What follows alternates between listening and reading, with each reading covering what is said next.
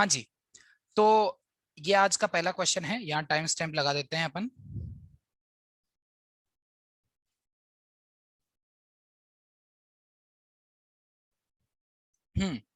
तो find out the height from the surface where acceleration due to gravity is g not by two. तो g not by to कहां पर आएगा हमारा acceleration due to gravity? अगर इसका एक सॉल्यूशन तो मैं पहले गलत वाला आपको बता देता हूं कि जैसे जनरली जो बच्चे सोचते हैं हाइट के ऊपर है, हमारे ऊपर जाना है, तो ऊपर वाली हाइट का फॉर्मूला था g into g naught one minus two h by R e, ऐसा करके सोल्व कर देते हैं, जो कि हालांकि मुझे पता है गलत है, अभी मैं थोड़ी देर में आपको बताता हूँ कैसे। और जी की वैल्यू लिख देते हैं g not by two, g naught से जी नॉट काट देंगे, one minus two h by R e को सोल्व कर लेंगे, जी जी नॉट से जी नॉट कट जाएगा, तो यह गया half is to one minus two h by R e, यहां से two h by R e आ जाता है हाफ, और यहां से एच आ जाता है,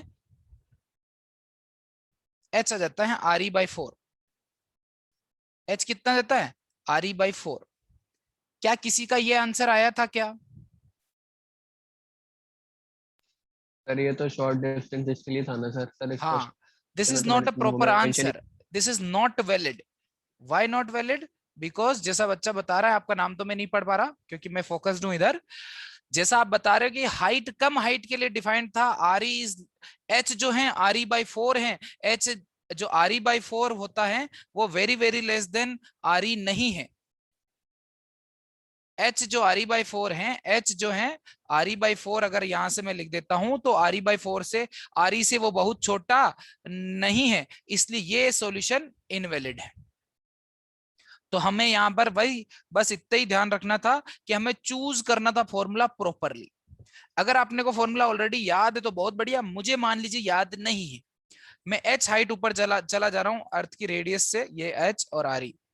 अब यहां पर मुझे जी का पता है कुछ जी नॉट बाई टू, तो यहां पर जो मेरे को फोर्स फील होगा वो होगा capital G mass of earth into small m by R E, R plus H का स्क्वायर, ये मुझे फोर्स फील होता है। फोर्स पर यूनिट मास, मतलब मास डिवाइड कर देता हूं तो जी आ जाता है, मतलब ये एम और ये एम, एम से एम काट दिया, ओके, ये एम जी से ये एम जी हो गया, ये जी एम ई बाई अर्थ, ठीक है। और एक और चीज यहाँ पर हमें याद रखने की, हमें जी नोट के टर्म में लिखना है, तो इसको जानबूझ के मैं आरी, यहां से चाहो तो आरी कॉमन लेके भी कर सकते हो, यहां से मैं आरी अंदर से कॉमन ले आता हूं तो यह आ जाता है g equal to G M e R e, अगर मैं यहां से कॉमन ले लू तो यहां बन जाएगा one plus H by R ई, ठीक है।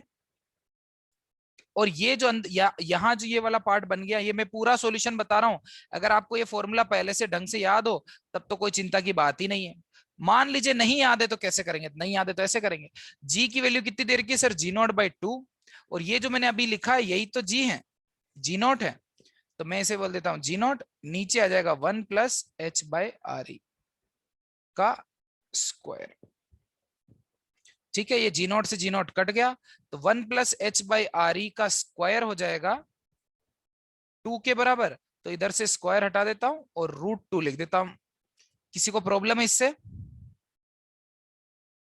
जैसा कि आप बोल रहे थे root two minus one into R E, ये हमारा हाइट आ जाता है। तो अगर आप प्रॉपर सॉल्यूशन से करेंगे तो आपका आंसर है रूट टू माइनस वन, तो रूट टू कितना होता है? 1.41 माइनस वन तो 0.41, तो 0.41 आ रही आता है इधर से, और इससे क्या आ रहा था? 0.25 आ रही, तो क्या 0.41 और 0.25 बराबर होता है? नहीं होता जी ना, सर। इसीलिए दिस सॉल्यूशन वाज अच्छा। रॉन्ग। हालांकि फिर भी मैंने आपके सामने लिखा है, रॉन्ग क्यों है? इनवैलिड है, क्योंकि आंसर जो आया है एच, वो आर ई के कंपेरेबल हाइट है, और ये फॉर्मूला वाज, दिस फॉर्मूला जो इनिशियली लिखा हुआ है वाज ओनली वैलिड फॉर छोटी हाइट्स, ओके।